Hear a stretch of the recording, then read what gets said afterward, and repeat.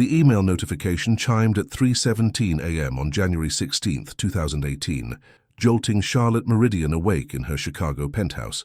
The subject line from BitConnect made her stomach drop. Important platform update. Trading suspended. She grabbed her laptop with trembling hands, already knowing that the cryptocurrency lending platform, where she had invested her life savings, was about to collapse. For months, her brother Adam had assured her that BitConnect was legitimate, revolutionary even, a way to generate consistent returns through their proprietary trading bot that promised up to 1% daily profits. As a successful software engineer at a major tech firm, Adam's endorsement had carried weight that Charlotte, a marketing executive with limited cryptocurrency knowledge, had trusted completely. "Charlotte, this is the opportunity of a lifetime," Adam had told her 6 months earlier during their regular Sunday dinner at their mother's house in Evanston. "The BitConnect lending platform is generating incredible returns. I've already put in $500,000, and I'm seeing consistent profits every day." Charlotte had been skeptical initially. The promised returns seemed too good to be true, and she'd heard warnings about cryptocurrency scams in the financial news. But Adam had shown her his BitConnect dashboard, displaying daily interest payments and a steadily growing balance that had convinced her the platform was legitimate. "The algorithm they've developed is incredibly sophisticated," Adam had explained, pulling up technical charts and documentation that looked impressive to Charlotte's non-technical eye. "It's essentially arbitrage trading across multiple exchanges, capturing price differences to generate profit regardless of whether the overall crypto market goes up or down." What had ultimately convinced Charlotte to invest wasn't just the potential returns, but Adam's apparent success with the platform and his detailed knowledge of how it worked. Her brother had always been cautious with money, analytical in his investment decisions, and protective of his family's financial well-being. If Adam was willing to risk $500,000 of his own money, Charlotte felt confident following his lead. Over the course of 3 months, Charlotte had invested $3.2 million, her entire inheritance from their father's life insurance policy, her savings from 8 years as a marketing director, and funds from a home equity loan secured against her Lincoln Park townhouse. The investments had been made in increments, with Adam coaching her through each transaction and helping her reinvest her daily returns to compound her gains. "You're going to be financially independent within 2 years, Adam had predicted, as Charlotte's BitConnect balance grew toward $4 million. "The compound interest alone will generate more income than either of us makes at our day jobs." But now, staring at her laptop screen in the pre-dawn darkness, Charlotte read the announcement that would destroy everything she had believed about BitConnect and her brother's judgment. "Due to continuous bad press, unwarranted allegations from multiple directions, and the community's focus being on accusations rather than growth, we are announcing today that we are closing the BitConnect lending and exchange platform." Charlotte's hands shook as she logged into her BitConnect account, seeing her $3.7 million balance converted overnight into BitConnect coins, BCC, that were now worth less than $200,000 and falling rapidly as panicked investors tried to sell their holdings simultaneously. She called Adam immediately, her voice breaking as she tried to process the magnitude of what was happening. "Adam, did you see the announcement? They're shutting down the platform. All our money, it's gone." "I know." Adam's voice was strangely calm for someone who had supposedly lost $500,000 overnight. "I saw it an hour ago. This is terrible news for everyone involved." "What do we do now?" Charlotte asked, fighting back tears as she watched her BitConnect coin value continue plummeting in real time. "There's not much we can do," Adam replied. "We got caught up in something that turned out to be fraudulent. It's a hard lesson about the risks of cryptocurrency investing." Something in Adam's tone struck Charlotte as wrong. He sounded disappointed but not devastated, concerned but not panicked. For someone who had just lost $500,000, her brother seemed remarkably composed. "Are you okay financially?" Charlotte asked. "Can you recover from losing that much money?" "It will be tight for a while," Adam said, "but I'll survive. I'm more worried about you, Charlotte. I know you invested significantly more than I did." Over the following days, as Charlotte tried to understand what had happened to BitConnect and whether there was any possibility of recovering her lost funds, she began noticing inconsistencies in Adam's story about his own involvement with the platform. He knew too much about BitConnect's internal operations for someone who had simply been an investor. His explanations of the platform's technical aspects were too detailed, too confident, Too insider-focused for someone learning about cryptocurrency trading through external research. Most troubling was discovering that Adam had been promoting BitConnect on various cryptocurrency forums and social media platforms, earning referral bonuses for new investors he brought to the platform, something he had never mentioned during their family discussions about the investment opportunity. Adam, Charlotte confronted him during what she thought would be a supportive conversation between siblings who had both been victimized by the same fraud. I found your posts on Reddit promoting BitConnect to other investors. You were earning referral commissions? Just small amounts, Adam replied defensively. Everyone involved with BitConnect was encouraged to share the opportunity with others. The referral system was just a way to reward people for spreading awareness. But you never told me you were earning money from my investments, Charlotte said, her voice rising with anger and realization. You were profiting from convincing me to put my money into this platform. It wasn't like that, Adam said, but his explanation sounded hollow. I genuinely believed BitConnect was legitimate. The referral commissions were just a side benefit, not my motivation for recommending it to you. As Charlotte dug deeper into BitConnect's collapse and the investigations that followed, she began to suspect that her brother's involvement went far beyond being a misled investor who had earned small referral bonuses. The pieces didn't add up. Adam's detailed knowledge of the platform, his calm reaction to its collapse, his defensive responses to questions about his promotional activities, all of it suggested someone who had known more about BitConnect's true nature than he had revealed to his sister. But the possibility that Adam had knowingly participated in a fraudulent scheme that cost her everything was almost too painful to contemplate. Charlotte's brother wasn't just her only remaining close family member. He was the person she had trusted most in the world, the one whose judgment and integrity she had never questioned. As she prepared to investigate whether Adam had betrayed that trust, Charlotte realized that discovering the truth about his involvement with BitConnect might cost her not just the money she had already lost, but the relationship with the only family she had left. Charlotte's investigation into Adam's involvement with BitConnect began with forensic analysis of her own investment history, but what she discovered raised more questions than it answered about her brother's true role in the cryptocurrency scheme. Using the same analytical skills that had made her successful in marketing, she began systematically documenting every interaction she'd had with Adam about the platform. The timeline she reconstructed was troubling. Adam had first mentioned BitConnect to her in July 2017, but her research revealed that the platform had been operating since early 2016. If Adam was simply an investor who had discovered a profitable opportunity, why had he waited over a year to share it with his sister? More concerning were the technical details Adam had provided about BitConnect's operations. He had explained the platform's volatility software and trading bot with a level of specificity that suggested insider knowledge rather than information available to ordinary investors. I need to understand exactly how involved you were with BitConnect's operations, Charlotte told Adam during a tense phone conversation 3 weeks after the platform's collapse. Your explanations of how their system worked were too detailed for someone who was just investing money.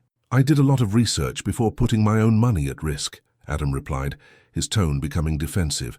I'm an engineer. I don't invest in things I don't understand thoroughly. But some of the information you shared with me wasn't publicly available, Charlotte pressed. You knew about platform updates and policy changes before they were announced to general users. Adam's pause before responding was telling. I may have been part of some investor communication channels that provided early access to certain information. Charlotte spent the next month investigating BitConnect's organizational structure and promotional network using public records, social media archives, and cryptocurrency forum discussions to piece together how the platform had operated and who had been involved in its leadership. What she discovered was a sophisticated multi-level marketing scheme disguised as a cryptocurrency investment platform. BitConnect had recruited promoters who earned substantial commissions for bringing new investors to the platform, with the largest promoters earning millions of dollars in referral fees. The names of BitConnect's top promoters were well documented in lawsuits and regulatory investigations that followed the platform's collapse. Charlotte was shocked to find Adam's name on several lists of high-earning affiliates, indicating that he had made far more money from referrals than the small amounts he had acknowledged. According to blockchain analysis and court documents she found through legal databases, Adam had earned over $800,000 in referral commissions during his involvement with BitConnect, money that came directly from new investors like Charlotte, who had joined the platform based on his recommendations. Adam, Charlotte confronted him with printed copies of the documents she had found. Explain to me how you earned $800,000 in referral commissions while telling me you were just a regular investor. Adam's reaction was a mixture of anger and resignation, as if he had been expecting this confrontation but hoped it wouldn't come. Those numbers are inflated by the investigators. They're including reinvested earnings and compound calculations that make it look like I made more than I actually received. But you did make substantial money from referring people to BitConnect? Charlotte pressed. Yes, Adam admitted finally. But I genuinely believed the platform was legitimate when I was promoting it. I wouldn't have encouraged you to invest if I thought it was a scam. This admission forced Charlotte to confront the painful reality that her brother had been profiting significantly from her investments while concealing the extent of his financial interest in her continued participation in the platform. But her investigation revealed even more disturbing information about Adam's involvement with BitConnect's operations. Through archived cryptocurrency forum posts and social media content, Charlotte found evidence that Adam had been one of the platform's technical advisors, helping to develop the marketing materials and educational content that convinced investors the platform was legitimate. You helped create the materials that convinced me to invest, Charlotte said during what would be their final conversation about BitConnect. The technical explanations, the profit calculations, the legitimacy claims. You weren't just promoting someone else's platform, you were helping design the deception. Adam's response revealed the full scope of his involvement and the depth of his betrayal of Charlotte's trust. I was part of the technical team that developed BitConnect's investor education materials, he admitted, but I believed we were creating a legitimate platform that would generate real returns through cryptocurrency trading strategies. When did you realize it was fraudulent? Charlotte asked. Adam's pause was long enough to provide its own answer. There were concerns raised internally about the sustainability of the promised returns, but the platform was generating profits for investors, so we assumed the trading algorithms were working as designed. But you continued promoting it to me even after those concerns were raised? Charlotte asked, her voice carrying a mixture of anger and heartbreak. I thought the concerns were being addressed, Adam said weakly, and you were making money on your investments, so I didn't see immediate danger. As Charlotte processed Adam's admissions, she realized that her brother hadn't just failed to protect her from a cryptocurrency scam. He had been one of the people creating and promoting the scam that destroyed her financial security. The person she had trusted most in the world, the family member whose judgment and integrity she had never questioned, had been earning hundreds of thousands of dollars by convincing her and others to invest in a platform that he knew had sustainability problems. Adam, Charlotte said finally, you didn't just lose my money through bad investment advice, you stole it through deliberate deception. That's not fair, Adam replied, but his protest lacked conviction. I lost money too when BitConnect collapsed. You lost money you made by defrauding other investors, including your own sister, Charlotte said. There's a difference. As Charlotte ended her relationship with Adam and began exploring legal options for recovering her losses, she realized that BitConnect's collapse had cost her more than just her financial security. It had destroyed her relationship with the only close family she had left and forced her to confront the painful reality that the person she had trusted most had been willing to exploit that trust for personal profit. The brother who had been her closest confidant and advisor had been one of the people responsible for the scheme that had destroyed her life savings, and he had continued promoting the platform to her even after becoming aware of its fraudulent nature. Charlotte's investigation had revealed the truth about Adam's involvement with BitConnect, but that truth was more devastating than she had imagined possible. 6 months after BitConnect's collapse, Charlotte found herself in a Chicago bankruptcy attorney's office, discussing the liquidation of assets she had never imagined losing. The home equity loan she had taken to invest in the cryptocurrency platform was still due, but the collateral, her Lincoln Park townhouse, would need to be sold to cover the debt. Based on the documentation you've provided, Attorney Marcus Sterling explained, reviewing Charlotte's financial records, you have grounds for a civil lawsuit against your brother for fraudulent inducement and breach of fiduciary duty. What would that involve? Charlotte asked, though part of her recoiled at the idea of taking legal action against Adam despite his betrayal. Proving that he knowingly misrepresented BitConnect's legitimacy while concealing his financial interest in your investments, Sterling replied.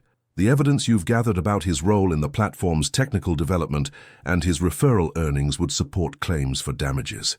Charlotte had spent months documenting Adam's involvement with BitConnect, but pursuing legal action against her brother would make their family conflict public and permanent. She was torn between seeking justice for his betrayal and preserving any possibility of eventual reconciliation. The challenge, Sterling continued, is that your brother's assets may also be subject to BitConnect-related lawsuits from other investors and regulatory agencies. Even if you win a judgment against him, recovery might be limited. This legal reality forced Charlotte to confront the full scope of how BitConnect's collapse was affecting everyone involved. Her brother wasn't just someone who had profited from the scheme, he was also potentially liable to hundreds of other investors who had lost money based on his promotions and technical contributions. But Charlotte's most immediate concern was her personal financial survival. Losing her entire inheritance and savings was devastating enough, but the home equity debt meant she was facing bankruptcy and homelessness unless she could find ways to generate income and reduce her obligations. "I've been thinking about taking legal action against Adam," Charlotte told her best friend Serafina Cross during one of their regular coffee meetings, which had become crucial emotional support sessions since BitConnect's collapse. "What's holding you back?" Serafina asked. "He's still my brother," Charlotte replied, "and beyond the money, I keep hoping there's some explanation that makes his actions less intentionally harmful than they appear." "Charlotte," Serafina said gently, "Adam made over $800,000 by convincing people like you to invest in something he knew had serious problems. That's not a misunderstanding or a mistake in judgment. That's deliberate fraud." This perspective was difficult for Charlotte to accept, because it meant acknowledging that her closest family relationship had been based on deception and exploitation rather than mutual care and trust. But Charlotte's investigation into BitConnect had also connected her with other victims of the scheme, many of whom had similar stories of being betrayed by friends and family members who had profited from their losses. "My own nephew recruited me into BitConnect," explained Patricia Whitmore during a support group meeting for cryptocurrency fraud victims. "He made over $200,000 in referral commissions from my investments and the other people he brought to the platform. The hardest part," added Robert Ashford, another BitConnect victim, "isn't losing the money. It's discovering that people you trusted were willing to profit from your financial destruction." These conversations helped Charlotte understand that her experience with Adam wasn't unique. BitConnect's multi-level marketing structure had incentivized participants to recruit friends and family members, creating situations where personal relationships became vehicles for financial exploitation. But Charlotte also learned that some BitConnect promoters had genuinely believed in the platform's legitimacy, while others had knowingly participated in fraud. The distinction was crucial for understanding both legal liability and moral culpability. "The question you need to answer," suggested Dr. Eleanor Ravencroft, a therapist who specialized in helping fraud victims process betrayal and financial trauma, "is whether Adam's actions were those of someone who was deceived and passed that deception along, or someone who knew he was participating in fraud but continued anyway." Charlotte's evidence suggested that Adam fell into the second category. His technical involvement with BitConnect's development, his knowledge of internal concerns about sustainability, and his continued promotion of the platform to family members, despite those concerns, indicated deliberate participation in fraud rather than innocent mistake. "I think Adam knew BitConnect was unsustainable when he convinced me to invest my inheritance," Charlotte told Dr. Ravencroft during one of their sessions. "The timeline shows he was aware of internal problems months before the platform collapsed, but he kept encouraging me to increase my investments." "How does that realization affect your feelings about pursuing legal action against him?" Dr. Ravencroft asked. "It makes me angry enough to want justice," Charlotte replied, "but it also makes me sad enough to want to avoid destroying what's left of our family relationship." This internal conflict was resolved when Charlotte received a phone call from FBI agent Thomas Grimsby, who was investigating BitConnect's operations and had identified Adam as one of the platform's key technical contributors and top-earning promoters. "Ms. Meridian," Agent Grimsby explained, "we're building cases against BitConnect's leadership and major affiliates. Your brother's involvement appears to have been substantial enough to warrant criminal charges for securities fraud and conspiracy." "Criminal charges?" Charlotte asked, surprised by the escalation. BitConnect operated as an unregistered securities offering and Ponzi scheme, Agent Grimsby continued. People who knowingly promoted the platform while concealing its fraudulent nature can be prosecuted for criminal conspiracy, not just civil liability. The possibility that Adam could face federal criminal charges forced Charlotte to reevaluate her reluctance to pursue civil legal action. If her brother was going to be prosecuted anyway, her cooperation with authorities might help ensure that justice was served while potentially improving her chances of eventually recovering some of her losses. Agent Grimsby, Charlotte said, I have extensive documentation of my brother's involvement with BitConnect and his recruitment of me as an investor. Would that information be helpful for your investigation? Very helpful, the agent confirmed. Your evidence could be crucial for establishing the timeline and scope of your brother's participation in the scheme. As Charlotte prepared to cooperate with federal investigators, she realized that her relationship with Adam was ending not through her choice to pursue legal action, but through his choices to participate in fraud that had criminal as well as civil consequences. The brother who had been her closest family member and most trusted advisor had destroyed their relationship through actions that would ultimately result in federal prosecution, regardless of what Charlotte decided to do about civil litigation. BitConnect's collapse hadn't just cost Charlotte her financial security, it had revealed that her most important family relationship had been built on deception and exploitation that extended far beyond anything she had initially understood. The federal courthouse in downtown Chicago felt imposing and cold as Charlotte entered to testify in the criminal case against Adam and 17 other BitConnect promoters and technical contributors. 8 months had passed since she had first contacted FBI agent Grimsby, and her brother's arrest 3 months earlier had made their family conflict a matter of public record. Ms.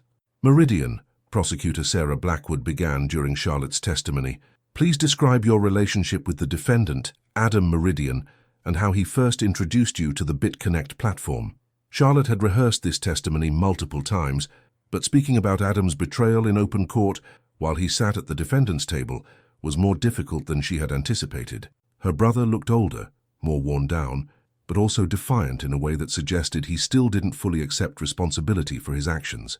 Adam is my older brother and was my closest family member after our father died, Charlotte began, her voice steady despite her emotional turmoil. I trusted his judgment completely, especially about financial and technical matters, because of his engineering background and his careful approach to money.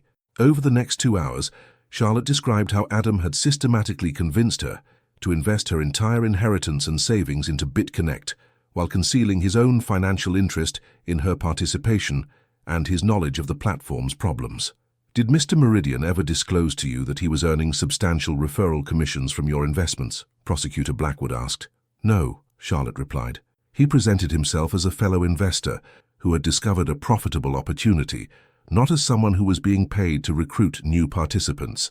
Did he ever mention concerns that had been raised internally about BitConnect's sustainability?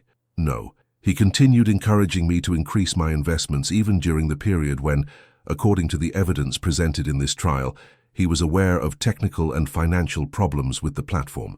The most painful part of Charlotte's testimony was describing how Adam's betrayal had affected not just her financial security, but her ability to trust family relationships and her understanding of his character.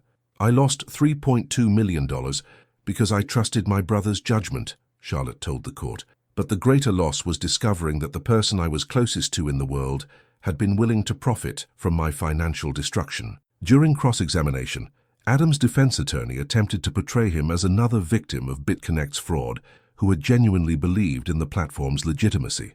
Ms. Meridian, defense attorney Margaret Cross asked, isn't it possible that your brother was also deceived by BitConnect's leadership and passed that deception along to you in good faith? No, Charlotte replied firmly. The evidence shows that Adam was involved in creating BitConnect's technical documentation and promotional materials. He wasn't just deceived by the platform, he was one of the people creating the deception. But didn't your brother also lose money when BitConnect collapsed? The defense attorney pressed. He lost money that he had made by defrauding other investors, Charlotte replied. That's not the same as being victimized by fraud. Charlotte's testimony was corroborated by other witnesses, including former BitConnect technical staff who described Adam's role in developing the platform's educational materials and promotional strategies. The evidence painted a picture of someone who had been intimately involved in BitConnect's operations while presenting himself to family and friends as simply a successful investor. But perhaps the most damaging testimony came from Marcus Whitmore, a former BitConnect insider who had cooperated with federal investigators in exchange for reduced charges. Adam Meridian was one of our most effective technical promoters, Whitmore testified. He understood both the technology aspects and the marketing psychology needed to convince sophisticated investors that BitConnect was legitimate. Did Mr. Meridian express any concerns about the platform's sustainability? Prosecutor Blackwood asked. Multiple times, Whitmore replied. He raised questions about whether the promised returns were mathematically possible, but he also suggested ways to modify our promotional materials to address those concerns without reducing recruitment effectiveness. This testimony revealed that Adam had been aware of BitConnect's fundamental problems, but had chosen to help refine the deception rather than withdraw his participation or warn potential investors. As the trial proceeded, Charlotte learned details about Adam's involvement that were even more extensive than her own investigation had revealed. He had not only been a top-earning promoter, but had also helped design the technical architecture that made BitConnect's fraud possible. The defendant developed algorithms that created artificial trading data to support claims about BitConnect's profitability, explained Dr. Patricia Sterling, a forensic accountant who had analyzed the platform's technical systems. Without his contributions, the platform couldn't have maintained the illusion of legitimacy that convinced thousands of investors to participate. During sentencing, Charlotte was given the opportunity to provide a victim impact statement that described how Adam's betrayal had affected her life beyond just the financial losses. Your Honor, Charlotte told the judge, Adam didn't just steal my money. He stole my ability to trust family relationships and my sense of security about the people closest to me. I've had to rebuild not just my financial life, but my understanding of what family loyalty and protection actually mean.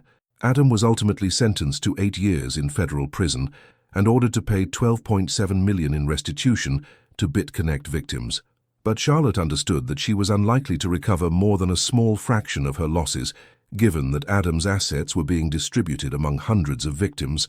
More significantly, the criminal trial had made clear that Adam's betrayal had been deliberate and extensive, eliminating any possibility of reconciliation or continued family relationship. I'm sorry this destroyed our relationship, Adam said to Charlotte during a brief conversation after his sentencing. But I still believe I was trying to help you build financial security. You were trying to help yourself earn referral commissions, Charlotte replied.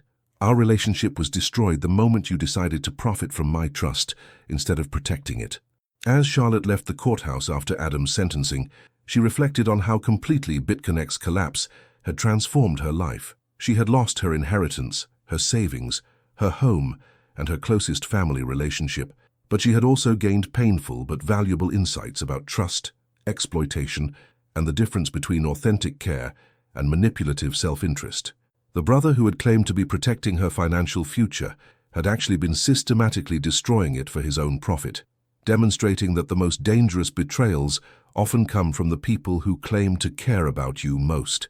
Charlotte's journey from BitConnect victim to federal witness had been emotionally devastating, but it had also provided her with the knowledge and experience that would guide her approach to relationships and financial decisions for the rest of her life. 2 years after Adam's conviction, Charlotte stood in the small but comfortable apartment she had rented in Chicago's Logan Square neighborhood, a far cry from her previous Lincoln Park townhouse, but a symbol of her gradual financial recovery from BitConnect's devastation. The journey back to stability had been more challenging than losing everything, requiring her to rebuild not just her finances, but her entire approach to trust, family, and personal security. The bankruptcy proceedings had eliminated most of her debts, including the home equity loan that had threatened to leave her homeless, but starting over at 35 with no savings and damaged credit had required accepting work and living situations she had never imagined needing.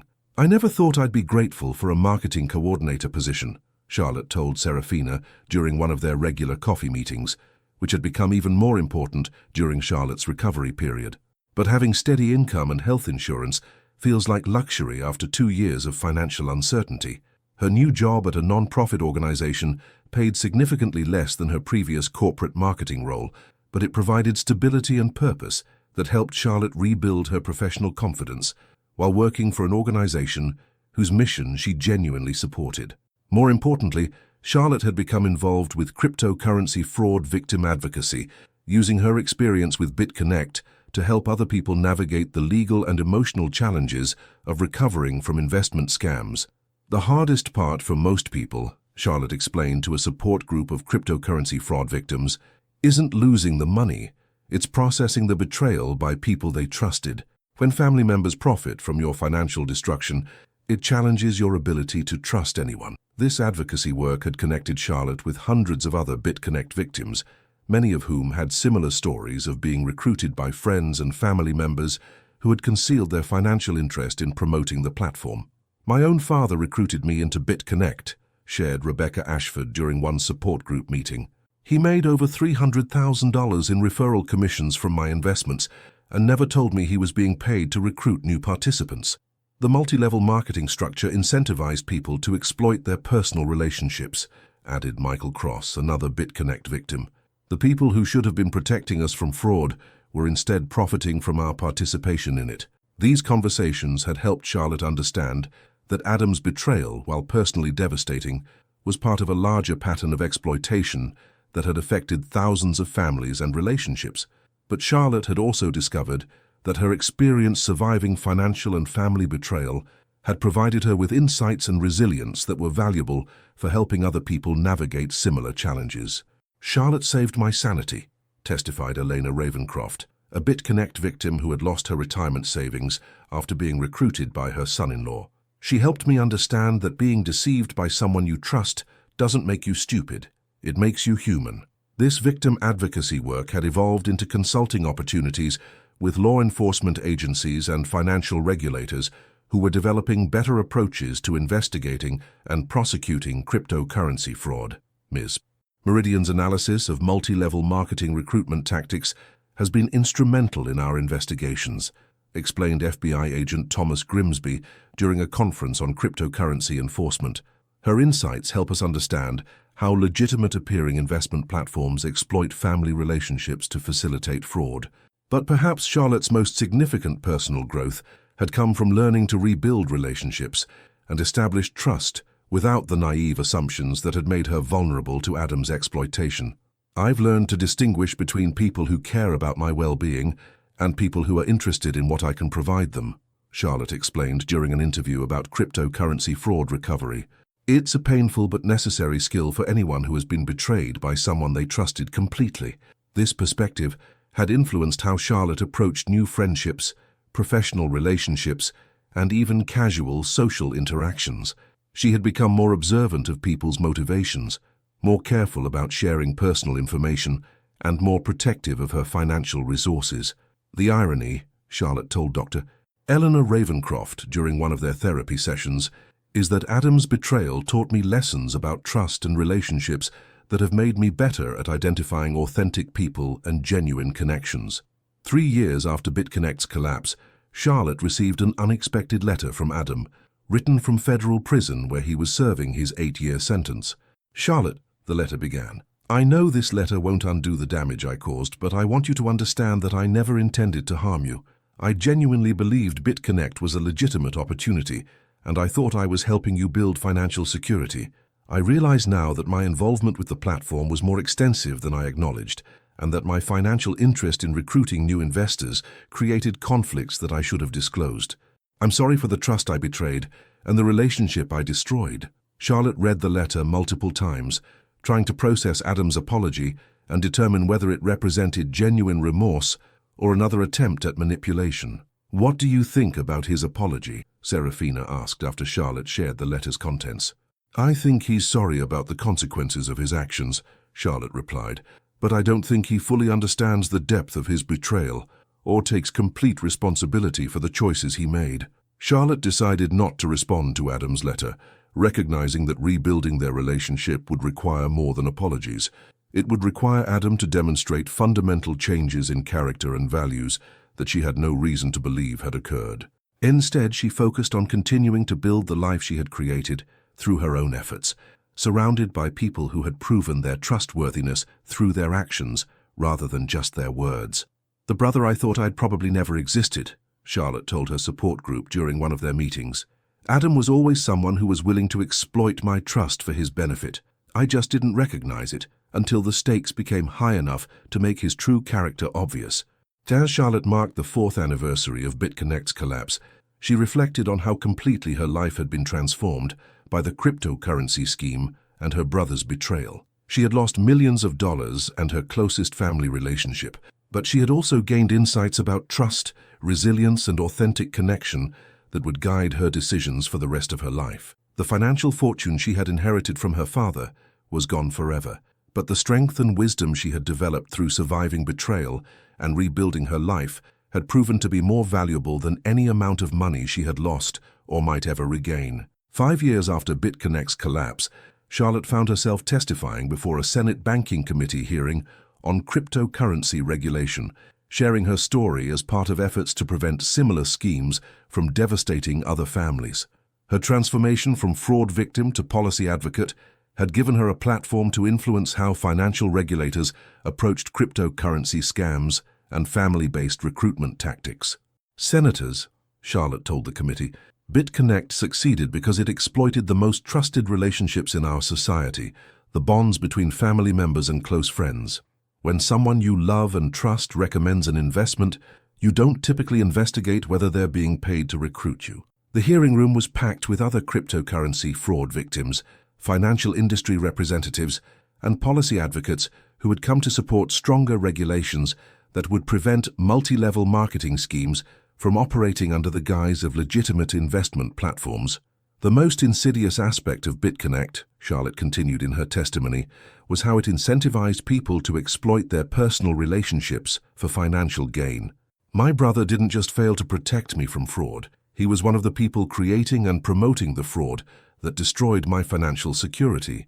Charlotte's advocacy work had expanded beyond just BitConnect victims to include people affected by various cryptocurrency scams and investment frauds that targeted family relationships and social networks. Her non-profit organization, Trust and Verify, provided education, support, and legal resources for fraud victims while also working to influence policy changes that would make such schemes more difficult to operate. Ms. Meridian's organization has been instrumental in helping hundreds of fraud victims navigate the legal system and rebuild their lives, testified FBI agent Thomas Grimsby, who had continued working with Charlotte on various cryptocurrency enforcement cases. Her insights into how these schemes exploit family dynamics have improved our investigative approaches significantly, but Charlotte's most meaningful work remained the direct support she provided to other victims who were processing the dual trauma of financial loss and family betrayal. When someone you trust completely destroys your financial security for their own profit, Charlotte explained during a victim support workshop, it changes how you understand relationships, family loyalty, and your own judgment. Recovery isn't just about rebuilding financially, it's about learning to trust again without being naive. This perspective had become central to Charlotte's approach to helping other fraud victims, emphasizing that healing required both practical financial recovery strategies and emotional processing of betrayal trauma. 6 years after Adam's conviction, Charlotte received notification that he had been released from federal prison after serving his full sentence. The news forced her to confront questions about forgiveness, reconciliation, and whether their family relationship could ever be rebuilt. He's requested a meeting through his parole officer, Charlotte told Serafina during one of their regular coffee conversations, which had become a constant throughout Charlotte's recovery journey. He wants to apologize in person and discuss making amends. How do you feel about that? Serafina asked. Conflicted, Charlotte admitted. Part of me wants to believe that prison changed him and that he genuinely understands what he did wrong. But part of me worries that this is just another manipulation attempt. Charlotte ultimately agreed to meet with Adam in a supervised setting at his parole officer's office, but the conversation revealed that his understanding of his crimes remained limited and self-serving. Charlotte, Adam said, I've spent 6 years thinking about what happened with BitConnect, and I want you to know that I never intended to hurt you. I believed in the platform, and I thought I was helping you build wealth. Adam, Charlotte replied, you were involved in creating BitConnect's technical infrastructure and promotional materials. You knew it was unsustainable, but you continued recruiting family members to increase your referral earnings. "I made mistakes," Adam acknowledged, "but I was also a victim of the scheme. I lost money too when it collapsed." This response demonstrated to Charlotte that Adam still didn't understand the fundamental difference between being deceived by fraud and actively participating in creating fraud that deceived others. "You weren't a victim," Charlotte said firmly. "You were a perpetrator who happened to lose some of the money you made by defrauding other people, including your own sister."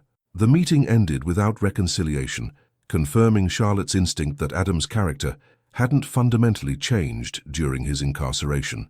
"Some people apologize because they understand the harm they caused," Charlotte told Dr. Ravencroft during their session after the meeting.